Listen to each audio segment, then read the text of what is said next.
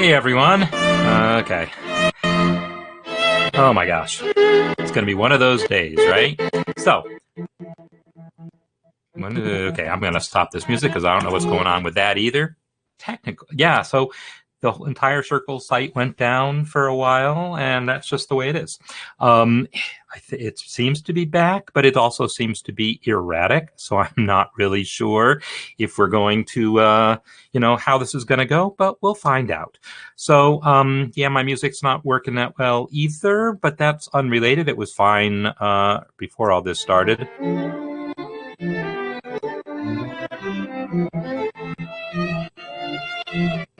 Yeah, I don't know what's going on there. Let me just kill MuseScore and start it again. Hi everyone.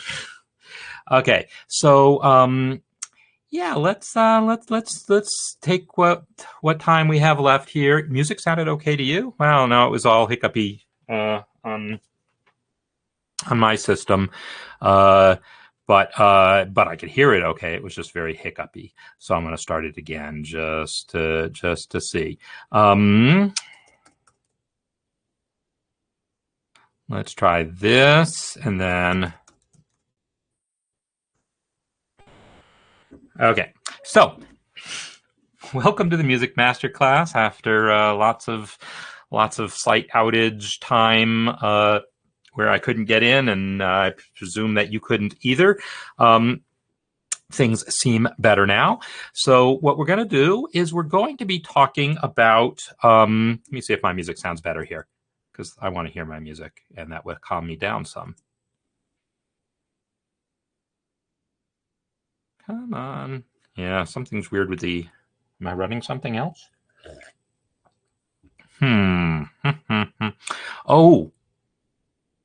it's because I downloaded the beta of MuseScore 4.1. I think I need to actually run MuseScore 4.1 now to do this, to get the better sound. Okay, so yeah, it's been a slog here. Everything was fine until about 40 minutes ago, and then the whole site, not just my site, but all Circle sites worldwide went down, as far as I can tell, anyhow, because I couldn't access any of my Circle based sites, including Circle's own site. So let's load up the music here, and then what we're going to do is we are going to talk about yeah, I'm just totally discombobulated here. We're going to talk about the project, the Pachelbel canon, and the let's see if I can get some music now. Much better. Okay. So, I get to talk over my music now. That makes me happier. Welcome, everyone, to the Music Masterclass. This is Marc Sabatella from Mastering MuseScore.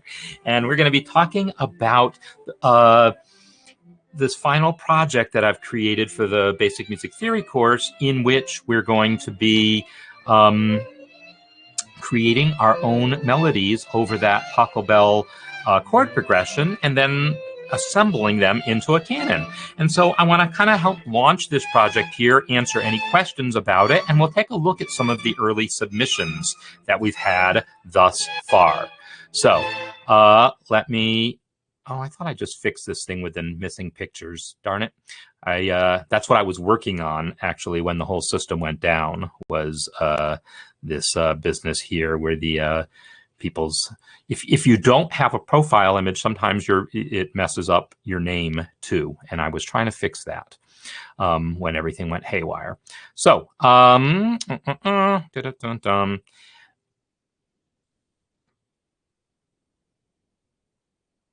there we go. Okay, so what I'm going to do here is we're going to flip over to where I have some people's submissions.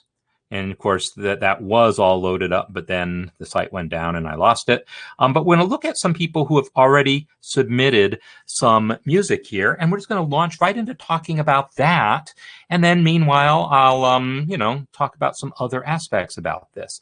So Colleen has one, and there's several others that are posted here as well. And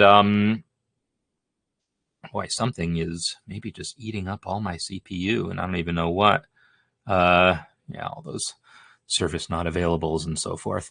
But I want to take a look at the projects that have been submitted and comments here.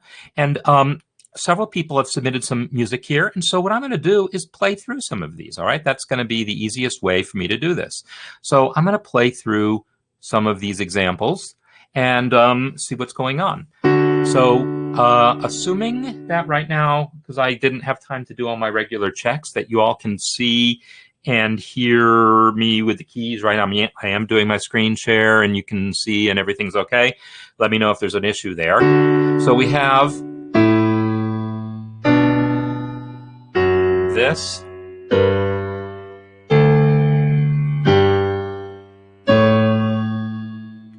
And that's Michael Gold's first quarter note based melody. So for those who are not in the course and don't know what this project is about, we are writing our own melodies over that Pachelbel canon bass line following that same basic chord progression. And we're doing this in a kind of a structured way where we're trying to mimic some of the aspects of the Pachelbel canon, in which we're going to have melodies that are based mostly quarter notes, and then one that everyone's going to write one that's mostly quarters, another one that's mostly eighths, another one that's mostly sixteenths, and another one where you do whatever you feel like. Looks like Michael's given me 2 variations of the whatever he feels like here, which is fine. So I'm going to talk about the quarter note one first, because we're going to get to establish some principles here that we're going to see over and over again. So one of the principles that I'm looking for is chord tone. I want consonances, chord tones on the actual beats. So this is a third. That's the interval is a third. It's the third of the chord, right? I'll talk about chord tones. This is the third of the chord, the fifth of the chord, the third of the chord, the root of the chord, the third of the chord, the fifth of the chord, the root of the chord, and then the third of the chord. So as far as the vertical aspects of things go, all is fine here. Now, the next thing we would talk about is the horizontal aspect. As a melody goes, how is the voice leading of it? Step, step, step. And of course, that's exactly the sequence that Pachelbel started with. And then he has it leaping back up to the F sharp, which is fine. I had made a comment at some point in doing this that try not to have the root focused too much in your melody. It's not like you can't ever have the root in the melody. And because someone at Colleen, you asked about that also, I think at some point. It's not that you never want to have roots in your melody. It's just, something to be thinking about. Is it doing for you what you want it to do for you? And is there a better note you could have instead? So there's nothing wrong with this root here. So it's a small leap. And then his next note is a larger leap, right? A leap up to that B.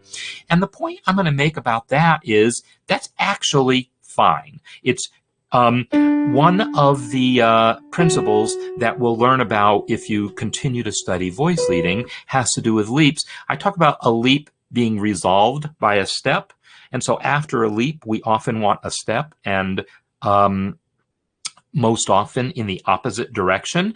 But the kind of exception to that is if you have 2 leaps in a row that outline a triad, as this does, D to F sharp to B. That outlines a B minor triad. So 2 leaps in a row that outline a triad is considered fine in this style. If you have 2 leaps in a row that don't outline a triad, those melodies are not the sorts of melodies that we typically see in, we don't typically see it in Renaissance or Baroque or early classical music. We start to see it more later 19th century, these more angular melodies that are leapier and not just outlining triads, and they become a big thing in jazz as well. But this idea of 2 leaps in a row that outline a triad, no problems. Step, step. Now the next thing that Michael has here is a leap of, what is this interval? I'll give you a moment to think about it and answer, but of course I'm not gonna wait for the chat. That interval is a tritone, right? It's from G to C sharp, an augmented fourth. That interval is a dissonant interval, and it's not that we never want to leap by dissonant intervals or never leap by tritones, but it is, again, one of these things that we think about. Is that what we want? In Renaissance music, leaps of tritones would be extremely rare.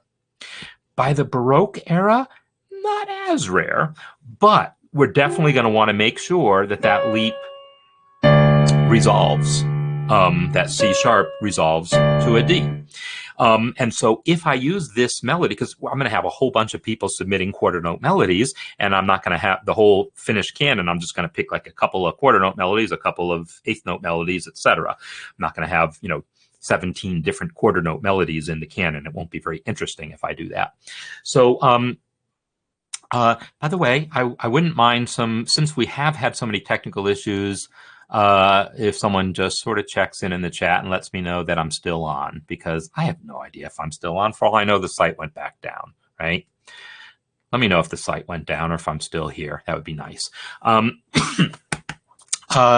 So that leap of a tritone, not the end of the world, but one thing that I will observe about leaps of a tritone is that, and that is exactly where it's going to happen. Thank you for the confirmations. I appreciate it. One thing to be aware of is, how am I going to put this? This leap of a tritone is fine in itself, but because that C sharp is going to want to resolve up to D, what this means is that I'm going to have a leap resolved by step in the same direction. Again, not the end of the world, but what is more common is going to be a leap down of a tritone, leaps down of a tritone, because then when you resolve that leading tone, it's coming in the opposite direction. This idea of resolving leaps by step in the opposite direction is, it's reasonably common. And, if I wasn't so flustered with getting all of the, trying to figure out what the heck was going on, I'm going to bring my hot cross buns back up in case I want to use that, because it's possible I will. If we look at the original of the Pachelbel, I'll take a look at some of his melodies as well. But anyhow, that leap down. And the tritone is going to appear anytime you leap from scale degree 4 to scale degree 7, right? That's your leap. That's your leading. That is your tritone. It's going to happen every time we go from scale degree 4 to scale degree 7. And if you think about it, that's going to happen, or you're going to be tempted to want to do that reasonably often, because scale degree 4 is part of that 4 chord. It's obviously the root of that 4 chord. It's also, if we use instead a 2 chord, right, an E minor chord, as I mentioned that Pachelbel does in a couple of places here, if instead we have a 2 chord, an E minor chord, that G is still a good melody note, right? So that G in either a 4 chord or a 2 chord is going to be a common melody note, and either of those chords, 4 or 2, is very often going to want to go to 5. And that leading tone, that scale degree 7, is part of that 5 chord as well. So it's not going to be uncommon. I mean, we're going to have a lot of 4 going to 5 or 2 going to 5 in tons of music. And so we're going to very often get into situations where we might want to have scale degree 4 go to scale degree 7. So that's just something to be thinking about it. So anyhow, I spend a lot of time talking about these issues because we're going to see these issues over and over again as we look at other examples, and including when we look at eighth note examples. So I'm going to move on and look at the eighth note example. But before I do that, I'm going to flip back to, oh yeah, that's right. I was going to open the Pachelbel version, but because everything is being so darn slow on my system right now, I'm a little afraid to do that, but I want to do that, so I'm going to do it. So give me a moment to open my, I have a feeling things are being slow because the site is still not 100% back and it's doing all sorts of junk behind my back is what I'm guessing is happening here. So I want to look at my Pachelbel canon here, and I'll let this guy load in the background while I go back to talking. So let's look at the eighth note example from Michael now.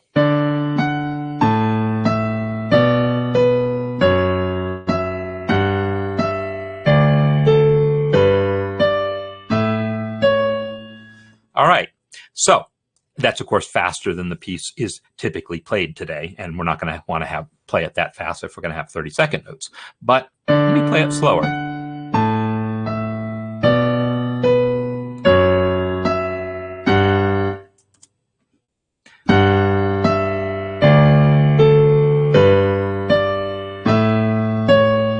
So when I hear this melody, first of all, as a melody goes, it's very similar to Pachelbel's eighth note melodies in that it outlines some triads.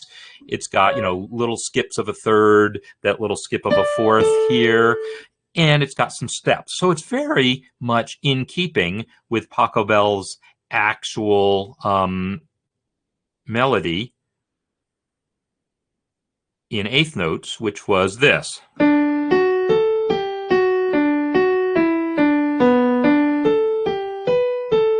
Right, so that melody there is in character very similar to what Michael wrote. So I would say Michael's kind of nailed the overall feel of that eighth note melody. So now let's talk about the details of it and just see if there's anything that I'd want to deal with. So he starts on the root, and then he has the root again. So when I talk about roots being maybe not not overdoing roots so much, if that was going to continue more than that, if we were going to have continue, like if it was going to be, whoops, going to B, sorry. If it was going to be that, then on the beats, I would have had D, which is two roots, A, which is two roots, and B, which is two roots, which would not be my favorite thing. And furthermore, it would indicate sort of a parallel octave situation, right? If I had roots, and he actually is an octave higher, sorry. This is not parallel octaves. It's two octaves in a row, but it's contrary motion, right? It's D and D here, and then the voices go in opposite directions. So he solves the parallel octaves problem by using contrary motion. Now, if you follow how the different theory textbooks and how they will word the rules for parallel fifths or octaves, you will see different opinions as to whether that's okay. Whether merely, because if he had done this, or that would have been parallel octaves, both, two octaves going in the same direction. But because they're in opposite directions, it's parallel octaves by contrary motion. And we might refer to them as hidden octaves. And there'll be all sorts of, and that's just a term that is used in the music theory world. And you'll see all sorts of different opinions as to what extent it's okay. And yeah, it wouldn't take me very long to find examples of Bach doing that. And if you find examples of Bach doing it, it's instantly okay. If I flip over to Pachelbel, we instantly see it right there, because that's what Pachelbel does too, right? That's exactly his melody there. And so in any case, he's doing it. So anyhow, that's one observation. Now, the other observation that hopefully that many of you noticed is when I was playing his melody, everything about it sounds very by the book to me until we get here. Now, I love this sound. This is a major seventh. It's a jazz chord, right? So I'm fine with that. And I know Michael's got a jazz background here as well. So I'm fine with it. It's a non-chord tone, whether we call it a seventh or whether we call it a non-chord tone. It's a dissonance that we're going to want to resolve by step, which he does. Now, normally when you resolve a dissonance by step, the note you resolve it to is going to be a chord tone. But here, he's actually going from one non-chord tone to another non-chord tone, because we should have a G chord here. So he's going from one non-chord tone, F sharp, to another non-chord tone, E. But then that one resolves to D, which is a chord tone on my D chord. So that is totally fine as well. But it's important to realize that now we are pushing the boundaries of what might be acceptable Baroque behavior here. I'm not going to claim, first of all, I do know that I'm pretty sure nowhere in the Pachelbel canon does that happen. I don't think he puts any prominent major sevenths in the melody like that. On the other hand, we were also just looking at the Bach prelude in C, and he definitely, or yeah, something like that, right? I mean, I forget the exact, he definitely, I know he's got that. He's got that major seventh, but I think on the F chord, he actually puts the major seventh on top as well, as I'm recalling. So, use of major sevenths are definitely a thing, for sure. So Rod is asking, would a D on beat 2 be better? And so I guess when you say beat 2, are you meaning the second eighth note there? Because that's really the and of 1. That's a good question. Not to me. That would mean you're arpeggiating through that chord, as opposed to resolving by step, and arpeggiating is good too. Yeah, make your call. They have different sounds. You decide which sound you want. In my world as a jazz musician, that major seventh is a fine note in itself, and I don't need to do much with it. But the idea that you might arpeggiate through sevenths, that's a powerful thing throughout Baroque music as well. So yeah, that would be fine. Either resolve it by step or arpeggiate through it. Those are the two things we do with sevenths. Now, really keen-eared observers may have caught that there's actually some parallel fifths buried in here.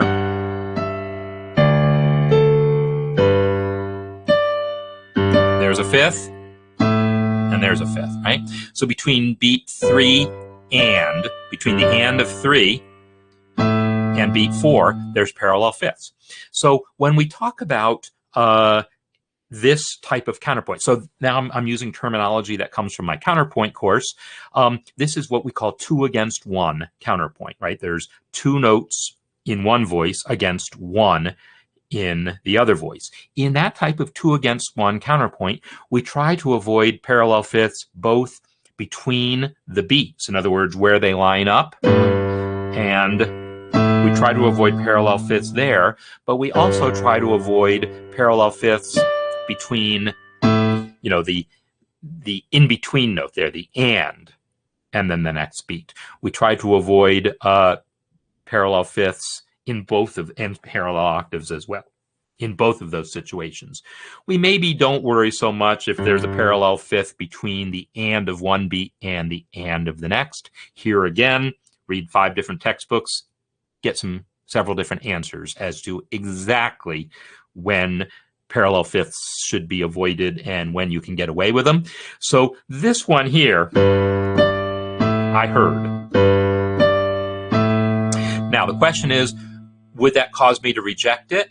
And it probably would cause me to not use this melody unless there was a third voice in there helping disguise it. Because that's one of the things where you can get away some stuff once you have another voice in there. And I don't know if the examples that I had found of Pachelbel actually putting some parallel fifths in there were not, they were situations where there was another voice involved. But here, he's right there on that eighth note part. he's got that going on. And so when those eighth notes first, that is when the eighth notes first come in, but by the time the eighth notes come in, the other voices are already helping fill out the chord. So he's giving us parallel octaves between the downbeats, right? He's totally doing that. Any textbook would tell you, don't do that.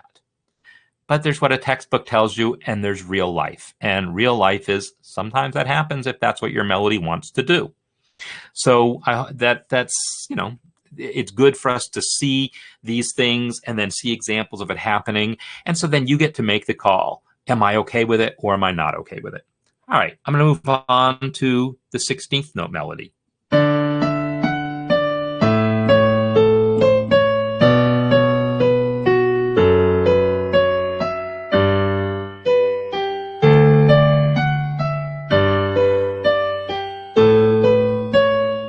All right, that's a nice 16th note melody. And I like that he took the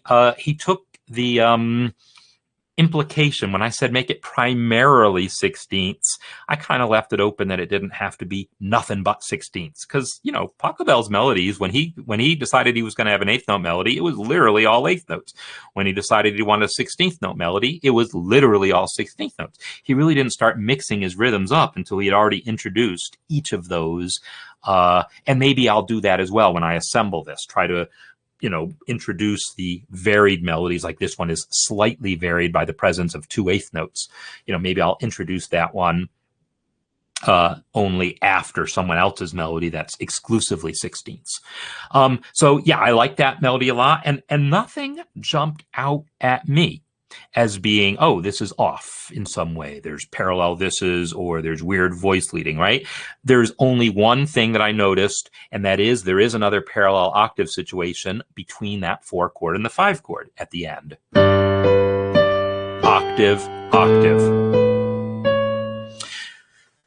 So one of the things you might want to have learned from this is each of these 3 examples had issues, potential issues, not huge issues, but potential issues in the same place. And that was when going from the 4 chord to the 5 chord. Well, this is not coincidence. It is not coincidence that that's where you might get into trouble. Because what happens when you go from a 4 chord to a 5 chord is the root is moving by step, and all the other voices are going to want to kind of move by step too, unless you work to avoid it, unless you use contrary motion. When that root is moving by step, unless you go out of your way to use contrary motion, you're probably going to create some parallels. And in the case of 4 to 5 in particular, you're going to invite the possibility of that tritone leap. So there is reason to pay special attention to those situations when you have 4 chord resolving to 5 chord, because they might get you into some trouble. So you want to think a little bit harder about those. And in fact, when I go to his next example,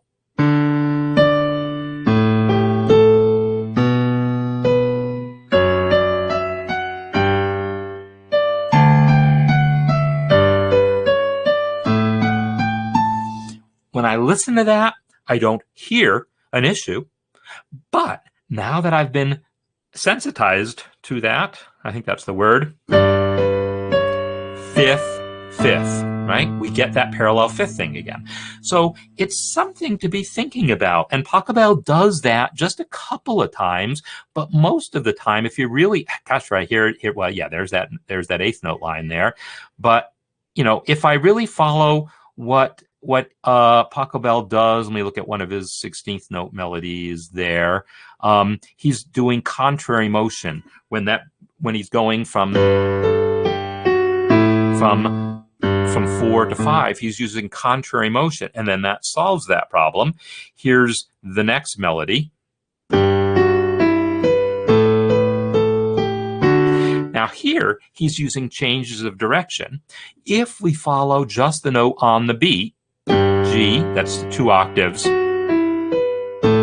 A, 2 octaves, right? So he's giving us parallel octaves between the beats. Now this is 4 to 1 counterpoint, right? So we got 4 notes in the 4 notes in the violin 1 against the 1 note in the bass line.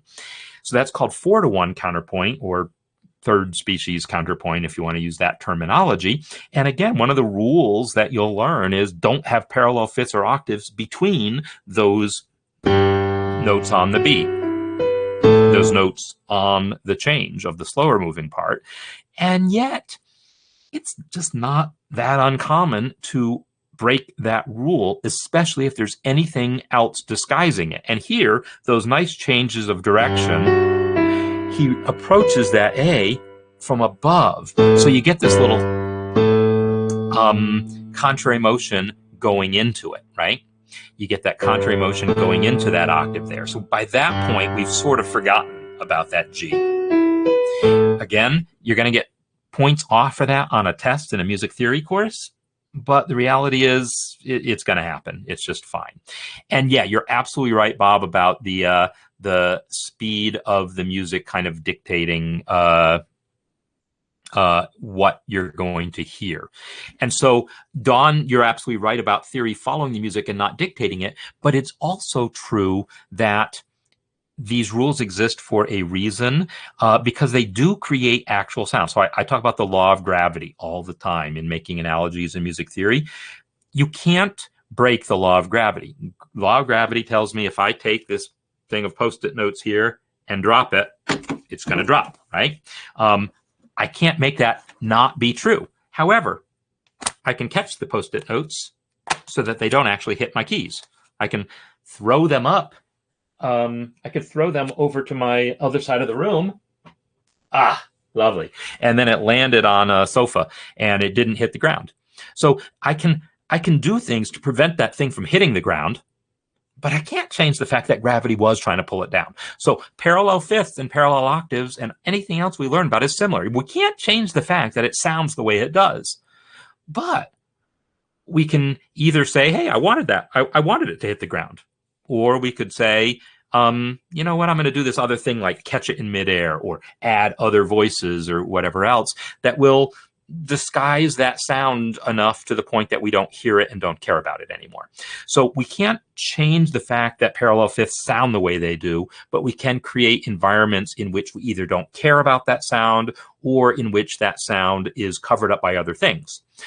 But we still want to be aware that that sound exists so that we consciously make that decision.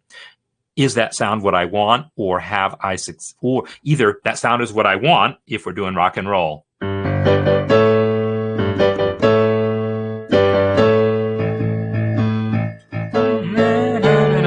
I keep using that example because it's always the one that comes to my mind when I hear 4 going to 5 like that. If you want that sound, great. Or if you listen to it, you see that you've done it, but you've added enough other voices that you're pretty sure you've obscured it. And I think this, when I play this,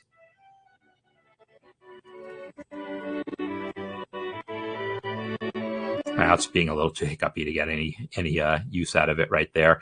But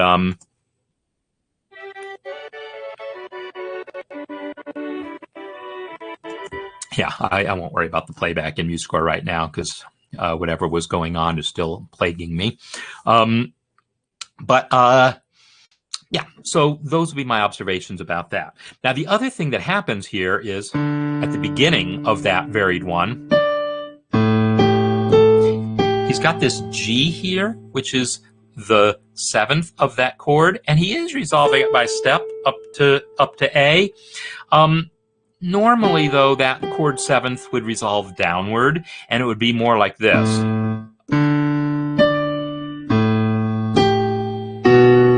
So that G would resolve down to F sharp, and it would do so when the F sharp becomes a chord tone on the B minor. So this feels a little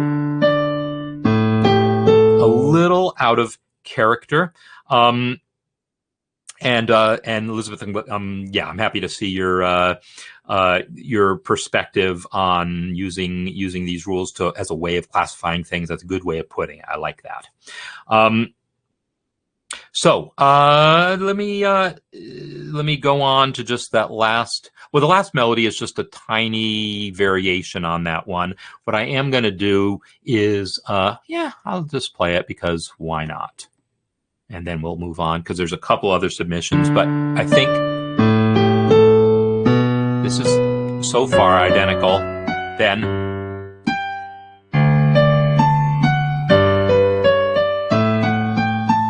Well, so that's really that's a nice small variation on what he had in the other one, and he wanted to try echoing the rhythm. So he took this one so that the second bar would also go one and do-dum. So he wanted to echo that little bit of the rhythm, which was a fine idea. I like that idea. The other version where there was no echoing going on, none of the rhythms were copied, that was fine too. But yeah, that was a nice, that I like probably that one maybe slightly better. Slightly. Okay, so what I want to do is now jump back because I said there were other ones in here, and you know I went into detail on that one since it came first, and therefore I had already gotten to think about it slightly, and then we got off. But all the same things. Now, whoa, this is a different one, but boy, this is John Foster's version here, right? If I read that correctly, this is John Foster has a version here. And oh, Dawn, I see your question here. How critical is it to use chord tones on the beat? I think what we've said gives you an answer to that. It's if you want to sound like Pachelbel, then if you want to sound like that kind of music, then probably you want to mostly do chord tones on the beat. If you look at more Bach, though, you will see much more examples of Bach putting non-chord tones on the beat, because Bach was maybe more harmonically daring. I don't know if I would say that in general about Pachelbel, because I know a ton of Bach music and I know a handful of Pachelbel pieces. And so I can't make generalities about Pachelbel, but Bach was certainly one of the most harmonically daring composer of his time. So yeah, if you put more non-chord tones on the beat, it will sound more Bach-like and less Pachelbel-like, and or maybe more jazz-like Michael's version did, and that's fine if you want to do that some. But let's keep it under control, is what I will say. Let's just keep it not too crazy. So anyhow, John's quarter note melody starts off exactly like that's exactly the way Michael started. And I had mentioned before, there's not that many great melodies that you could make that are all quarter notes that, tick all the right boxes. And that one, descending, starting on F sharp, I told you Pachelbel took the two best ones there are. So you're not going to write better ones. So the fact that these two melodies start off just like Pachelbel is not surprising. And then the fact that they both went to similar places. Well, if we don't want to just do what Pachelbel did and continue down, then your next choice is, hey, let's go back up. So it makes sense that you're both going to want to do that. And now think about this. What would we do next after this F sharp? Would we want to go up by step to G? Well, you might want to, but then we have parallel octaves. So let's not do that. You could go back down to the D, but we just came from there. That would be okay.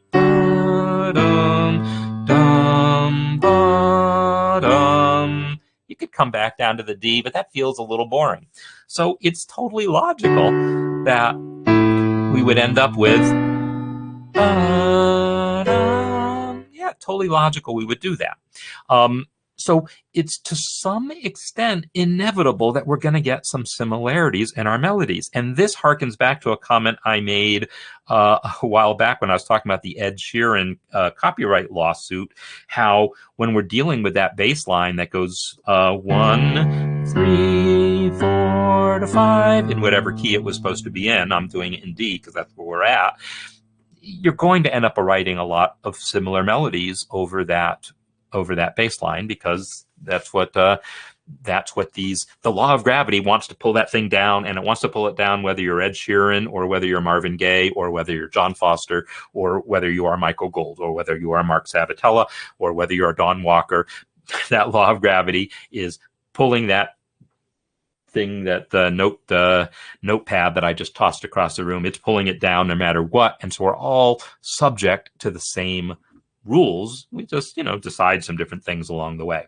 So let's move on to his, so then he's got this. So that's almost identical to what Michael had, except remember Michael had the tritone leap there. And John's giving us this smaller leap here. Totally fine. Sounds that much more like Pachelbel. If I go to his eighth note version,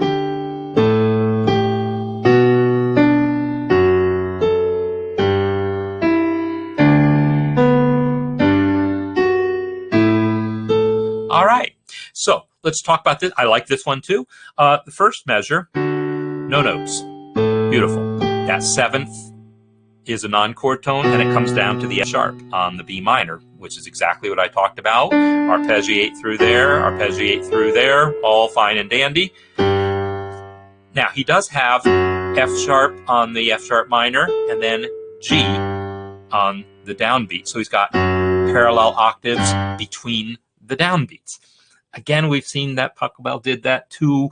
It's not like you can never do this, but again, you want to be aware of it, and maybe don't do this in a situation where that's the only two notes you have. But when you have other voices in there obscuring it, you can totally get away with it. So this E is a non-chord tone. Normally, non-chord tones get approached by step as well as resolved by step, normally. But there's a couple of categories of non-chord tones that are approached by leap, like this one does. There's what we call escape tones, and there's what we call appoggiaturas. And at some level, I don't care about names. I care, do I resolve it by step? And he does. So to me, this is fine, but it's definitely the case that if you run this thing through, the rules from a bunch of theory textbooks, they will call into question this E. Like, why are you putting this non-chord tone that you leapt into and then resolving it in the same direction?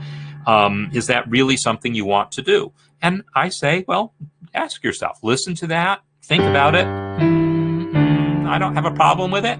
But if you wanted to obscure and make it be more stepwise, and if that made you happier, by all means do it. Now, he's also leaping down to another non-chord tone and then back. So there's a sense in which he's echoing himself. This is like the sixth of that chord. That's the sixth of that chord. So it's like he's giving himself permission to use the sixths of chords. But this one, he's not resolving by step. He's coming back. So definitely pushing the envelope a little bit here, right? And now again, this is the seventh of the chord, and he's resolving it down here. So it sounds nice, but we do get parallel octaves between the beats. That's why I put this lesson on parallel octaves, or parallel fifths, I should say. That's why I put the lesson on parallel fifths and octaves in there, because, yeah, if you don't watch out, they're going to happen a lot. We don't want them to happen a lot. We want them to happen a little. So like I can point to you the three places where Pachelbel had parallel fifths and parallel octaves, but that's the three places in I don't know how many bars of music. It's a ton of music that Pachelbel wrote with only a handful. I guess it's only 50 something bars, and that's because the tempo is so slow. If we thought of it as being double, twice or half that in tempos, if we thought of these quarter notes as being half notes, it would have been 100 bars. But, in that whole 50 bars, there's only a handful of parallels. If you don't watch yourself, you're going to get more than a handful. We don't want more than a handful. So let's take a look at 16th notes.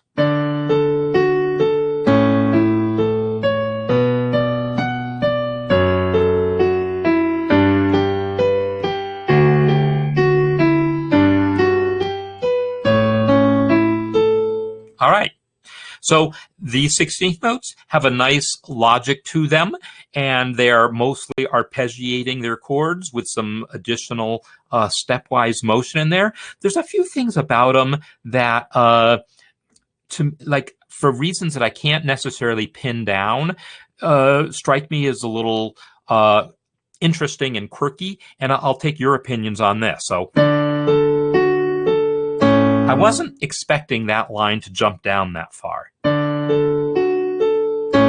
That feels like a big jump down. Does that bother anyone? I don't know. If it went up to the C sharp, then I would be hearing on the beats. Maybe I'd like that better. Or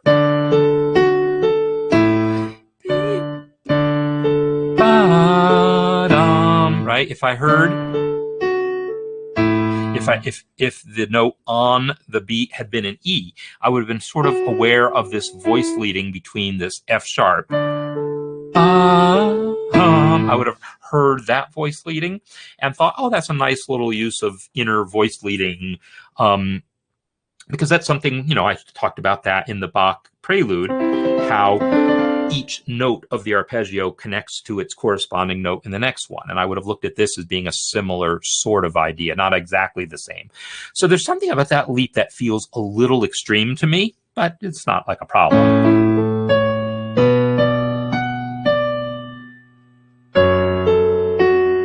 This is all good. So again, he's giving himself permission to kind of leap into that seventh, resolve it by step. Now here, that last bit, what I'll say about this is this leading tone followed by that leading tone, we want that leading tone to resolve by step. And I don't need it to resolve by step everywhere when you're arpeggiating, but I want one of those to resolve by step. And the problem is going to be here,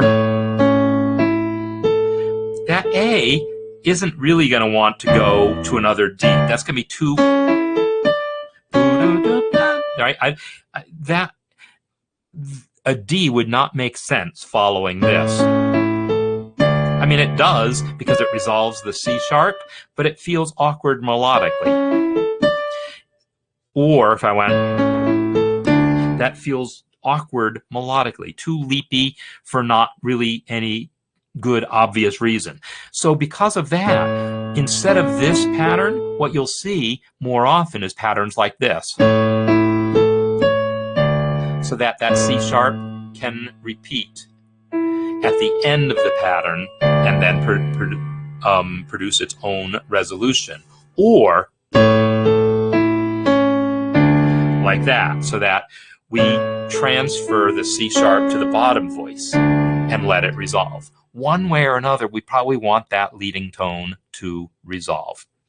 So we got such a late start, and I have one more of these to look at. I'm going to keep going. You know, if you've all made other arrangements, whatever, you know, you can watch and replay. But I'm going to keep going here and just talk about some other things here. So that idea of resolving that leading tone, you know, he hasn't, because we haven't put the next note in there, he hasn't failed to resolve it. But I know if I do put that D in either octave, I won't be as happy with it.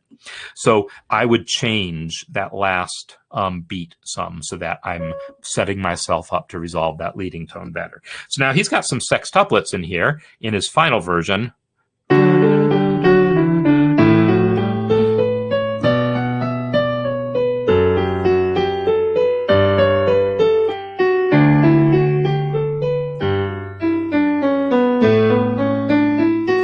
It's going to be really hard to find flaws with a line that's stepwise like that, in terms of like, oh, if any non-chord tones are resolving by step, and there's enough notes in there that I'm never going to notice any parallels between the downbeat. So like if he had had a G, if he had done that, I probably wouldn't have noticed it, but he didn't. He had this is the one time he does have some nice contrary motion going on there between the 4 chord and the 5 chord. So when I look at this one and listen to it, nothing was jumping out at me as being likely to be any sort of problem.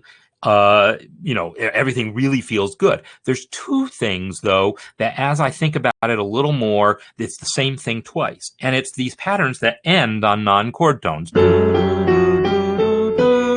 That's ending on a non-chord tone. And then leaping to a chord tone. So that's kind of a little bit of a weirdness there. You're ending that pattern on a non-chord tone and then leaping into the chord tone for the next one. So that could be a reason to change that B to a C sharp. Whoops. Or some other. Oh, I like that better. And the reason I like that better is if we think about these sextuplets as two groups of three, then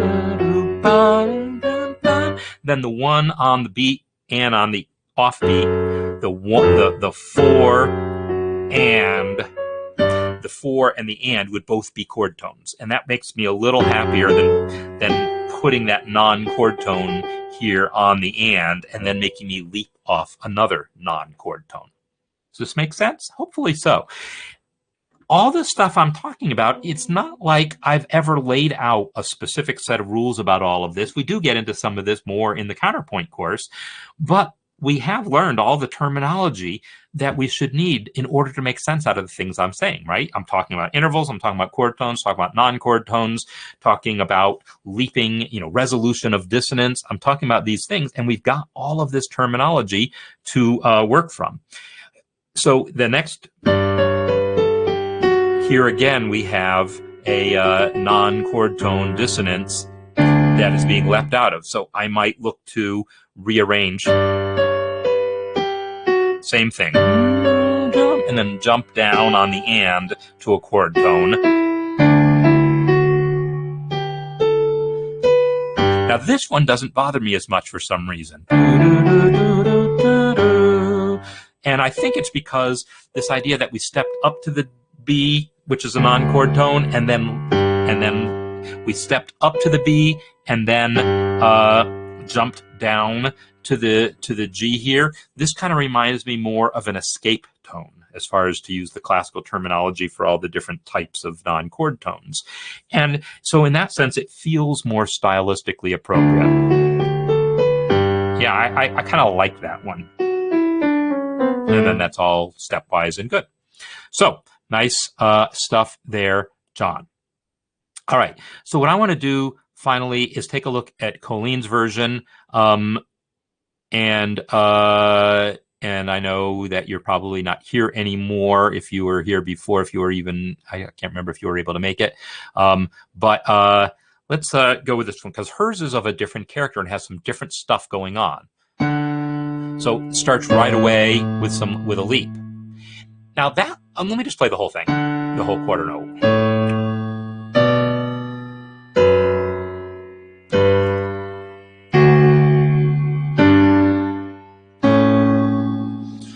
All right, so this one is of a very different character, because for the quarter notes, most of the quarter note lines that we've been looking at, including pachelbels, are all mostly stepwise. And she's got one here that's really mostly leaps. So this leap there, it's a leap, and then it's going by step, and then it's leaping. Now this note here, I'm not sure if you meant that note, because this is not a chord tone, right? If it had been an A against that, I'd be maybe a little happier with it, because that's a chord tone, or a C sharp. I think if it were me, I would pick the C sharp. Here's why. So like, we've got basically the thirds of the chords. Everything else has been the third of the chord. So maybe you meant that to be an A, another third, another third, another third, right? Those would be all thirds if that B had been an A. That's too much to me, I think. So I'd want to break that up some. Yeah, I like that melody there. It's another one of these ones that I'd like it a lot more with other voices to make it seem less, I don't know, I don't even have, because this, parallel thirds are a good thing, but typically we don't leap that way. I don't know that I've seen a specific textbook put a rule down for it, but going from third to third by leap feels a little out of character here. So there's probably not like any textbook prohibition on it, but there is a sense in which it doesn't remind me of Pachelbel. But the stepwise motion there absolutely does. And if I then step down to the C sharp, thirds, yeah. Anyhow, that's what I would say is, as a jazz musician, which I know Colleen is, we are taught to focus on thirds, and I have a feeling that's partially where she's coming from here. And focusing on thirds is a great thing. And what I will say is it becomes that much more of a great thing when you do what I see her doing here in the eighth note version, which is then connecting those thirds. So if you're only going to have one-to-one counterpoint, in other words, one, quarter note against quarter note, then maybe focusing on all those thirds is a bit much, but it becomes awesome when we have eighth notes. Third, third, third, here, third, third, right? Third. She's got thirds every single beat here. And now it sounds amazing. Third, third, third, third, third, third, third, third, whoops, sorry. Third, third, third, third, right? So the placement of the notes on the beat is impeccable to me in that eighth note version. And then the only thing is that place where my finger got twisted. I think it got twisted for a good reason here. There's some unexpectedness in what's happening here. That's a non-chord tone jumping down here. What if it was instead a G, right? Instead of B, A, F sharp, if instead it was G, B, I'm probably saying these things wrong. Instead of B, A, F sharp, instead of leaping out of this non-chord tone A, instead, if we replace that note with B, G, and then moved it to the F sharp. And then same thing coming back up. Instead of coming back up with the G, the non-chord tone, and then leaping out of that non-chord tone, just give me the chord tone. And then we can step into here. So is the parallel thirds with the bass unusual? So Bob, I don't know if you managed to get that comment in before I started talking about it, but no, I mean, parallel thirds with the bass is absolutely a thing, especially if the bass is moving by step.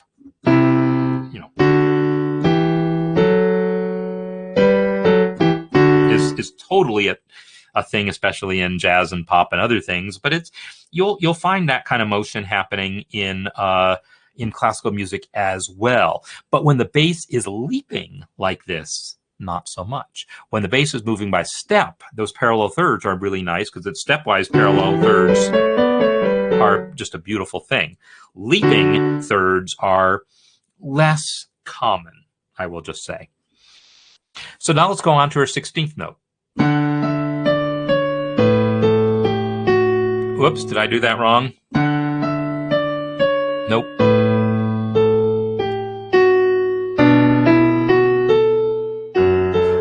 Little giant steps there.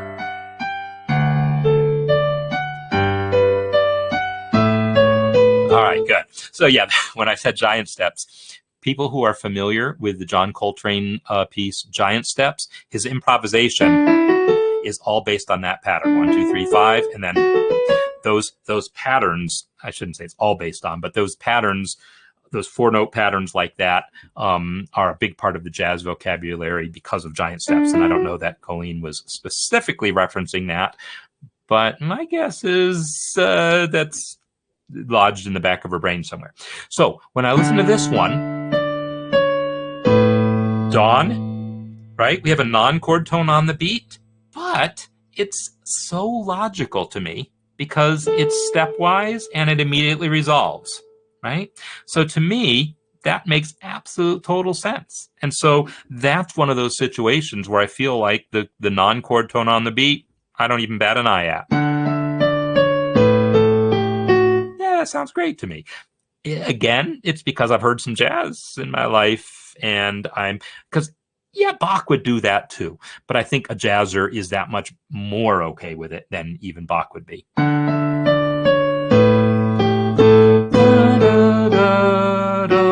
Now Now, again, we're leaping out of a non-chord tone into our chord tone. So here I would wonder if we could adjust this instead so that we don't leap at the end of that pattern. I guess that's the point I'm making. And I had made this before about leaping, not going into a beat, but within a beat. And so this would be another example of that.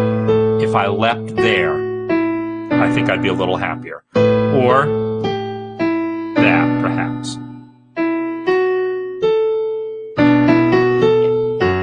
Now that is so giant stepsy that I can't not like it.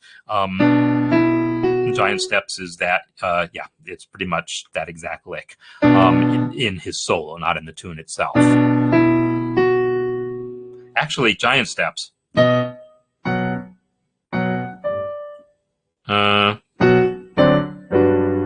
I was wondering if it was parallel thirds in leaps, but it's not. Anyhow, and this leaping into that chord tone so that then you can step into this one. Love it. Now you do get these parallel fifths between the F sharp and the C sharp at the end of that measure, going into the D against G here. And again, yeah, if it was only those two voices, I might not want to do that. But if there's any other voices obscuring that, you can probably get away with it. Love it. It all moves by step and comes back down to the F sharp, and then arpeggiate through that, and you get that, and that's beautiful. Arpeggiate through your seventh and come down. That's beautiful. Love it. That is awesome. And then coming down. I could then leap up back up to the D, or come down to the F sharp, or maybe I could maybe slow down that 16th note line so that I don't reach that A until the downbeat of the next measure. That would be a possibility as well. All right, last up is her varied melody here. Whoops. Oh yeah, no, that is right. She's starting on a sixth. So definitely being a jazzer here.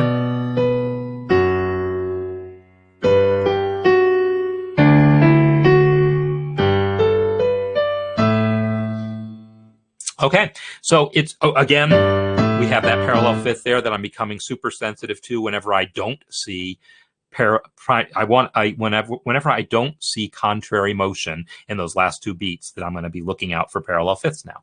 But she had contrary motion there, and here it was thirds. The fifths are buried on the offbeats, which I previously said was fine, and then she's got lovely contrary motion in that example. So this is the only one that has potential parallel fifths. So yeah, my only observation on this one is putting that non-chord tone sixth right at the beginning of the melody and then immediately leaping out of it. This is taking it well outside the world of Pachelbel and, totally inside the world of Bill Evans or whoever jazz musician we might want to be comparing it to. And then this is all nice and arpeggiated, and now here we have a non-chord tone, and that rhythm, I would say if you wanted it to feel more Pachelbel-y, I wouldn't want to have that F sharp be so prominent and then leap out of it. But if I just added an E to connect that F sharp to the D that follows, that would feel more Pachelbel-y.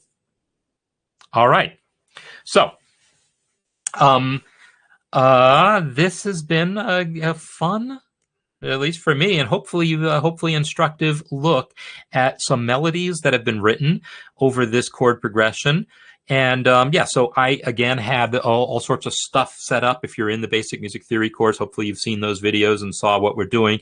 If you're not in the course, you see what we're up to here. As far as my final assembly of the piece, I will definitely be favoring contributions that come from people in the course. But by all means, anyone is welcome to try your hand at this because you've seen what's going on here. But what's eventually going to happen is we're going to get all these submissions, and I want them in by next week, end of next week. And then then I'm going to assemble it into an actual canon in the style of the pachelbel, where the voices imitate each other, and one comes in, the next one comes in with that same voice while the first one brings in a new voice, etc. Blah, blah, blah. We'll do all that kind of stuff. So that's what we'll be working on for the next couple of weeks here, is just getting all this stuff in and together and see what else we learn along the way. And then, you know, then we're done. I mean, we're officially done with the basic music theory course now as far as new material. But, you know, the project here is going to be, you know, bleeding off till the end of the month. So that's how long I want people to, you know, take another week to, you know, get your melodies in. So I have a nice collection of melodies to work with here. So let's see if my background music will play today, or if it's going to be awkward. I'm just going to turn it down so it doesn't matter. Thanks for hanging with me despite the late start and other weirdnesses. So hopefully we all got something out of this experience, and you get to see how the knowledge we have of basic theory allows us to then start discussing some things in more depth. But those things then become the subject in themselves, discussing harmony more, discussing counterpoint more. So, you know, that's why I have other courses on that, and we'll do cohorts on those when the time comes. We'll talk about that.